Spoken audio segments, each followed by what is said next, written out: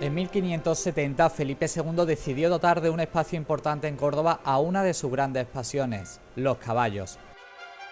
Por ello ordenó construir las caballerizas reales con un claro objetivo.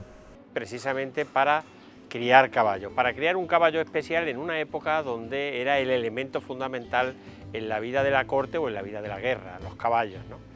Felipe II, que era el gran emperador, quería tener un caballo acorde con ese nivel y que fuera mejor que el que tenían las cortes francesas, inglesas o de otros países de Europa. Y en ese sentido mandó construir las caballerizas reales en Córdoba, nombró un caballerizo mayor, le dotó de presupuesto, algo muy importante, y mandó comprar los mejores caballos de la época, cruzarlos y dar lugar a lo que hoy conocemos como caballo pura raza español o caballo andaluz. Ambas terminologías son correctas. Y ese caballo se creó aquí en Córdoba, en las caballerizas reales. Y hoy la maravilla es que más de 400 años después, caballerizas reales siguen abiertas al público y siguen con caballos. Con caballos de distintos tipos, pero fundamentalmente ese caballo que se creó en Córdoba. A día de hoy se desconoce por qué el monarca eligió la ciudad de Córdoba para desarrollar este proyecto. Esa es una de las incógnitas, porque la corte no estaba en Córdoba, Felipe II había venido de viaje a Córdoba, pero había venido solamente para visitarla. Sin embargo, yo creo que también la herencia que había del famoso caballo árabe, de las yeguadas de Almanzor, había ya una historia ecuestre muy importante en la ciudad de Córdoba, también en su etapa del califato. Yo creo que unido un poco todo eso, se buscó este enclave como una manera de reunir los mejores caballos y también atesorar esa tradición histórica tan importante.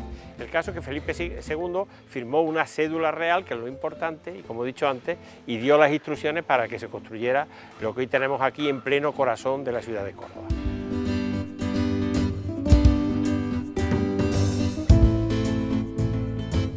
El edificio monumental se alzó en un solar propiedad de la iglesia ubicado entre las murallas defensivas de la ciudad y el Alcázar de los Reyes Cristianos. A su vez están construidas sobre las antiguas caballerizas de la etapa califal, que alcanzaron su mayor esplendor durante el reinado de Alhaquén I, albergando a más de 2000 caballos. Un espacio que está entre el río y entre la mezquita catedral, o sea, lugares absolutamente fundamentales en Córdoba, ¿no? En lo que hoy día es zona patrimonio de la humanidad y en una zona por lo tanto de altísimo valor ahora y de altísimo valor también en aquel tiempo, ¿no? Porque estaba en la zona noble de la ciudad de Córdoba.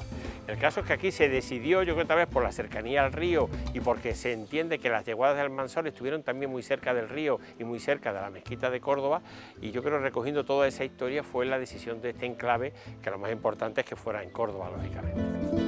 El edificio, de planta rectangular con amplia sala abovedada, se divide en 4 partes. Con una cubierta de bóveda de arista y soportada por columnas de piedra de arenisca, la cuadra principal alberga 15 coches de caballo originales del siglo XIX que componen la colección de las caballerizas reales.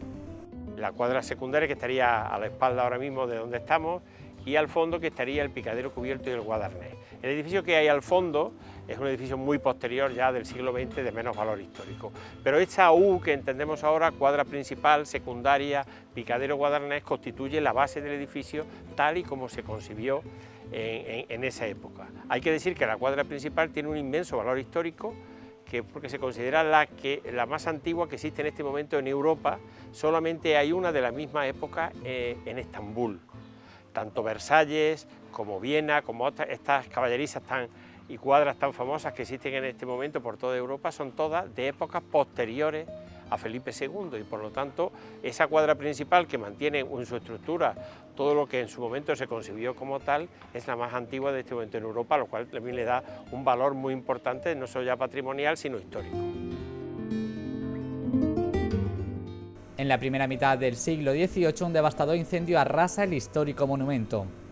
El rey Felipe V quiso llevar a cabo su reconstrucción, pero no fue hasta el reinado de Fernando VI cuando se comenzó la reedificación de las caballerizas reales, ultimándose con Carlos III. Con posterioridad a todo este tiempo, luego en el devenir de los siglos, lo que fue durante mucho tiempo caballerizas reales, un cuartel de caballería, lógicamente, donde muchísimas personas vienen a visitarnos todavía, que hicieron el servicio militar aquí.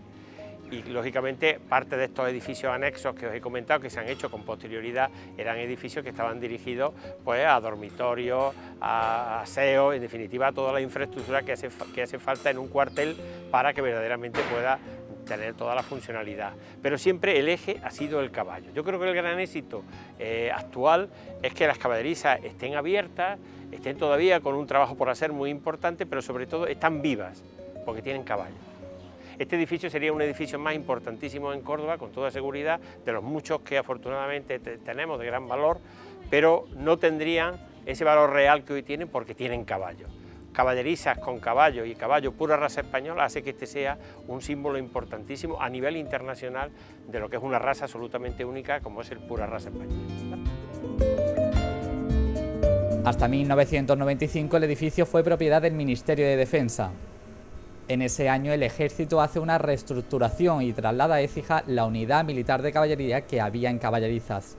Y en ese momento pues el edificio durante varios años queda cerrado, olvidado y sin ningún tipo de utilidad, ¿no? Al cabo de los años se firma un convenio con el Ayuntamiento que después de muchas vicisitudes pues hace que en el año 2010 Córdoba Ecuestre, que es una entidad en aquel momento joven, pide entrar aquí y poder empezar a hacer sus actividades, lógicamente con caballos, al principio tímidamente, con algún espectáculo, con algún concurso y poquito a poco mejorando y dando contenido a lo que hoy vemos. Hay que decir que cuando entramos esto estaba en un estado realmente lamentable, como cualquier edificio antiguo que estuviera 15 años cerrado, ¿no?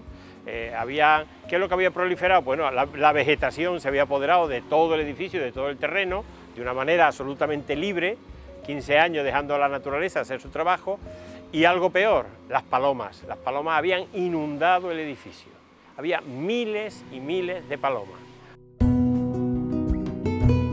Un trabajo de rehabilitación que no ha sido nada fácil.